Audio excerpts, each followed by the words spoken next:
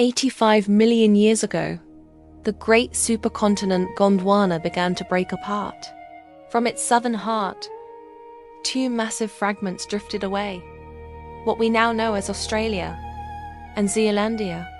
Zealandia wasn't small. It stretched over 4.9 million square kilometers, almost two-thirds the size of Australia. Forests of ferns, conifers, and flowering plants covered its valleys, while dinosaurs, primitive birds, and early mammals roamed its land. But deep beneath the surface, Earth's forces were shifting. As tectonic plates collided, Zealandia was slowly pulled downward, a victim of subduction and the relentless dance of plate tectonics. Today, only the highest peaks remain above sea level: New Zealand and New Caledonia.